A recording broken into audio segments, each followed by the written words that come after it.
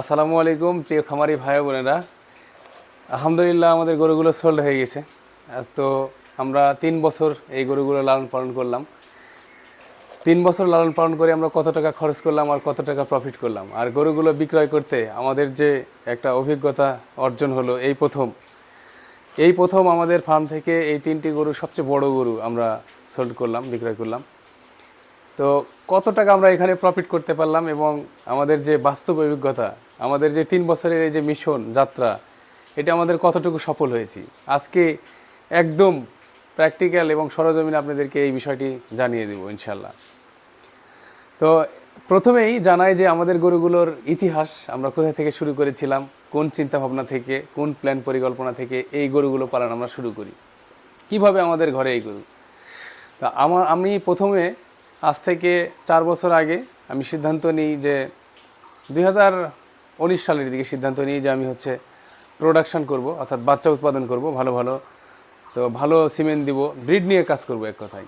সেই চিন্তাধারা থেকে আমি মোটামুটি 10টার মতন যে শাহিওয়ালের যে ক্রস, সেই ক্রস শাহিওয়ালের বুকনাগুলাকে ক্রয় করি বাজার থেকে। এই বুকনাগুলো ক্রয় করে সেইগুলো থেকে ইনসেমিনেশন করা হয়। অনেকগুলোই কনসেপ্ট করে, অনেকগুলো করে না। তো তারপরে আমি 3টি গাভী, কনসেপ্ট করা গাভী রেখে বাকি সবগুলো সোল্ড করে দিই। দেওয়ার পরে এই 3টা গাভী থেকেই আলহামদুলিল্লাহ পরপর 3টা বাচ্চা আমার আসে। প্রথমে আসে আমার ব্রাহ্মাটা, তারপরে 7 দিন পরে আসে মিডিলের শাহিওয়ালটা, তারপরে 1 মাস পরে, ওইটার 1 মাস পরে আসে এই শাহিওয়ালটা। তো এইভাবে 3টা বাচ্চা একসাথে, আলহামদুলিল্লাহ 3টাই ষাঁড় বাচ্চা। আল্লাহ রাব্বুল আলামিনের কাছে আমার প্রার্থনা ছিল 3টা ষাঁড় বাচ্চা যেন আমার ঘরে হয়। তো আল্লাহ আমাকে নিরাশ করেনি, আমাকে 3টা ষাঁড় বাচ্চা দিয়েছে, আলহামদুলিল্লাহ, শুক্রিয়া। তো বাচ্চা 3টা মাশাআল্লাহ খুবই সুন্দর ছিল।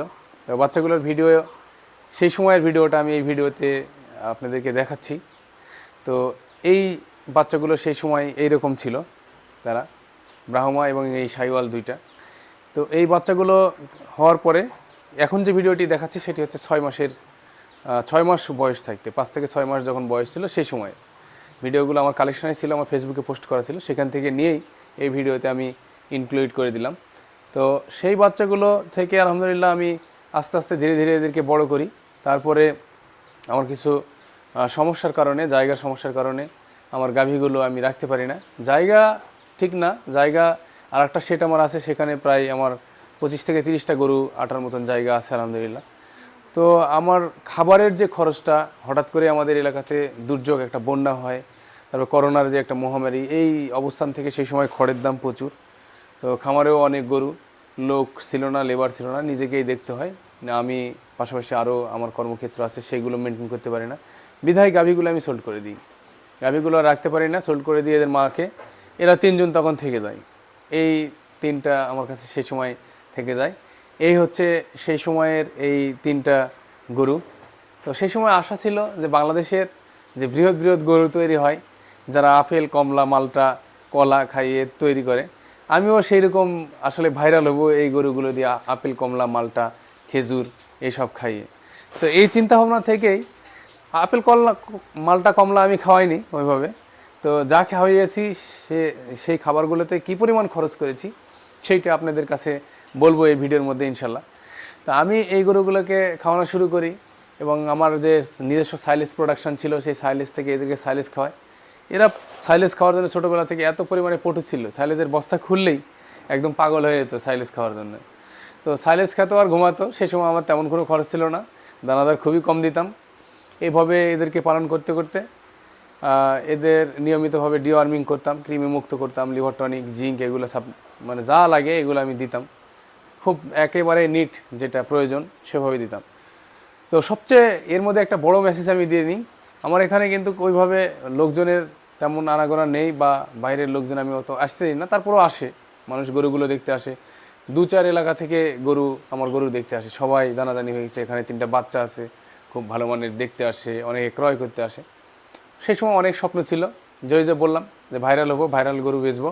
তো একটাই চিন্তা ছিল, হয়তো মনে স্বপ্ন ছিল এরকম যে একটাই 10 লাখ, 12 লাখ, 15 লাখ টাকা দিয়ে বেচবো। তো সেই যে তিক্ত অভিজ্ঞতা, সেই অভিজ্ঞতা আমি ক্রমান্বয়ে আপনাদের সাথে এই যে ভিডিওগুলো আসবে নেক্সটে সম্পূর্ণ শেয়ার করব, যে আপনারা কোন গরু পাললে আপনারা বেশি লাভবান হবেন, কোন গরু কোরবানির জন্য পালবেন না, প্রান্তিক খামারিরা কেন কুরবানিতে বড় গরু পালন করবে না, এই সব বিষয়ে আমার ধারাবাহিকভাবে ভিডিও আসতে থাকবে। আমি চ্যানেলে অনেক দিন থেকে নিয়মিত ভিডিও দিতে পারিনি, এই কারণে আপনাদের কাছে দুঃখিত। তো এখন থেকে ইনশাল্লাহ চেষ্টা করব যে নিয়মিতভাবে ভিডিও দেওয়ার। খামারের যে অভিজ্ঞতা আমার কাছে অর্জন হয়েছে সেই অভিজ্ঞতাগুলো আপনাদের কাছে শেয়ার করব। যাদের এই অভিজ্ঞতাগুলো থেকে শিক্ষা অর্জন করার আছে তারা আমার নিয়মিত ভিডিও দেখবেন এবং বেশি বেশি আমার চ্যানেলটি সাবস্ক্রাইব করবেন এবং ভিডিওগুলো শেয়ার করার চেষ্টা করবেন, যাতে সকলে এই ধরনের ভিডিও দেখে তারা নিজস্বভাবেই এই চিন্তাভাবনাগুলো তৈরি করতে পারে। আমার মতন যেন কেউ স্বপ্ন না দেখে যে বাংলাদেশের ভাইরাল গরু পালক হব, যে 3টা গরু আমি 50 লাখ টাকা দিয়ে বা 30 লাখ টাকা দিয়ে বিক্রয় করব, এই স্বপ্ন যেন কেউ না ভাবে। তো যাক, এরপরে আমাকে অনেকেই স্বপ্ন আমিও দেখতে থাকলাম, আমাকেও দেখানো শুরু করলো যে 3টা গরু থেকে মোটামুটি হিউজ পরিমাণে একটা আর্নিং আসবে। আমারও চিন্তাভাবনা ওইরকমই ছিল, গরুগুলো অনেক শৌখিন, দেখতে অনেক ভালো লাগতো। সেই সময় আমার মোটামুটি 1 বছর বয়সে আমার গরুর দাম প্রায় আসে 6 লাখ টাকা, অনেকেই বলে। তো 1 বছর বয়স যখন, আমি সেই সময় কিন্তু সোল্ড আউট করলে প্রায় 6 লাখ টাকা আমি সোল্ড আউট করে দিতে পারতাম। তো আমি গরু রেখে দিলাম, খরচও ছিল না আমার। ঠিক সেই সময় থেকে আমি লালন পালন করলাম যে আমার গরুগুলো অনেক বড় হবে, আমি অনেক একটা হিউজ অ্যামাউন্ট পাবো। সেখান থেকে আমি খাওয়ানো শুরু করলাম।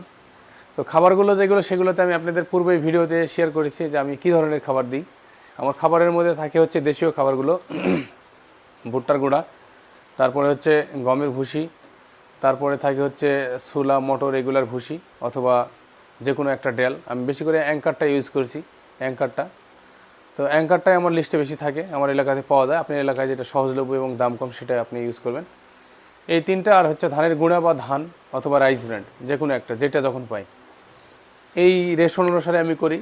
30% ভুট্টা, 20% হচ্ছে খোল, 30% গমের ভুসি, আর হচ্ছে তার থাকে 20%-20%-এর মধ্যে 15%-এর মতন এই ডালের খোসা বা ডাল, জান্ত ডাল, সেগুলো দিই।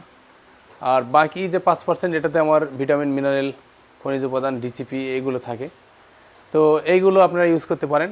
যে ফর্মুলেশন আছে সেই খাবারগুলো আমি আপনাদেরকে দেওয়ার চেষ্টা করব। যদি আপনারা আমার কাছ থেকে নেন, আমি একবারে হিউজ পরিমাণে আপনাদেরকে খাবার, যদি আপনারা নিতে চান সারা বাংলাদেশ থেকে, আমি খুব কম খরচে আপনাদেরকে বানিয়ে দিব। এবং সেখানে আমার মুনাফার ওইরকম চিন্তা আমি করি না যে খামারি টিকে থাক, এদেশে খামারি তৈরি হোক, গরু পালুক, মানুষ গরু পালতে শিখুক, সেই চিন্তাধারা থেকে আমি করে দিতে পারবো। এখন যেটা আছে বর্তমানে খাবার মূল্য, তাতে 50 টাকা কেজিতে আমি আমার এখান থেকে আপনাদেরকে দিতে পারবো, পরিবহন খরচটা আপনাদের।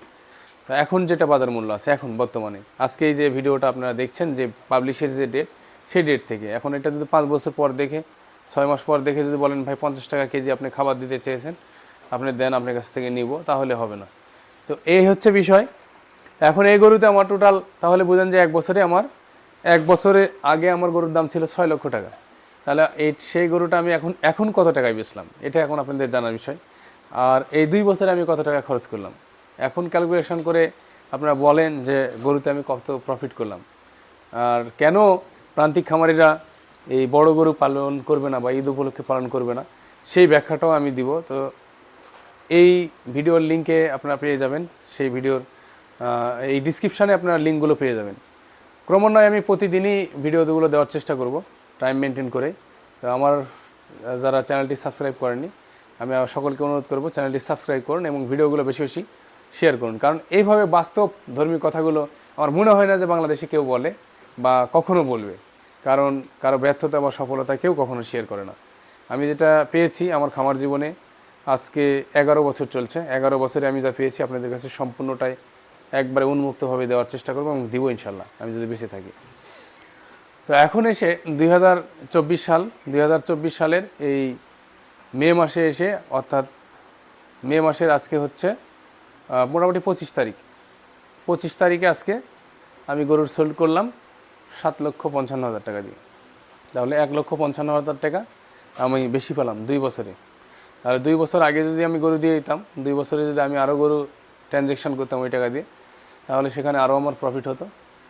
আর এই গরুগুলো দিয়ে যদি আমি স্বপ্ন না দেখতাম, এই স্বপ্ন দেখা বাদ দিয়ে যদি অন্য গরু পালতাম, তাহলে আমার আরও প্রফিট হতো। প্লাস 2 বছরে আমার খরচ আছে প্রায় 3 লক্ষ টাকা।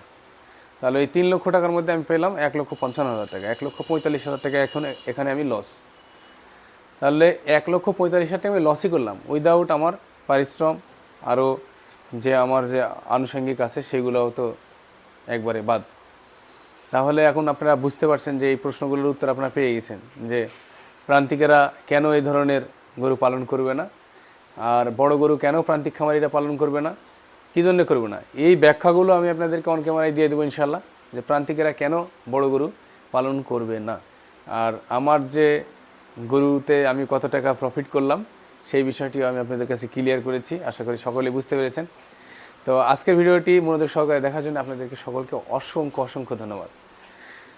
সবার কাছে আবারও উদাত্ত আহ্বান জানাবো, আমার চ্যানেলটি বেশি বেশি সাবস্ক্রাইব করুন এবং ভিডিওগুলো বেশি বেশি শেয়ার করে দিন। বাংলাদেশের সকল খামারি ভাই ও বোনেরা যেন এই রিয়েল অথেন্টিক কথাগুলো মানুষ জানতে পারে এবং দেখতে পারে, এবং নিয়মিতভাবে আমার ভিডিওগুলো দেখতে থাকুন। আশা করি আপনার লাভ হবে। বিদায় নিচ্ছি আজকের মতন। আসসালামু আলাইকুম রহমতুল্লাহ।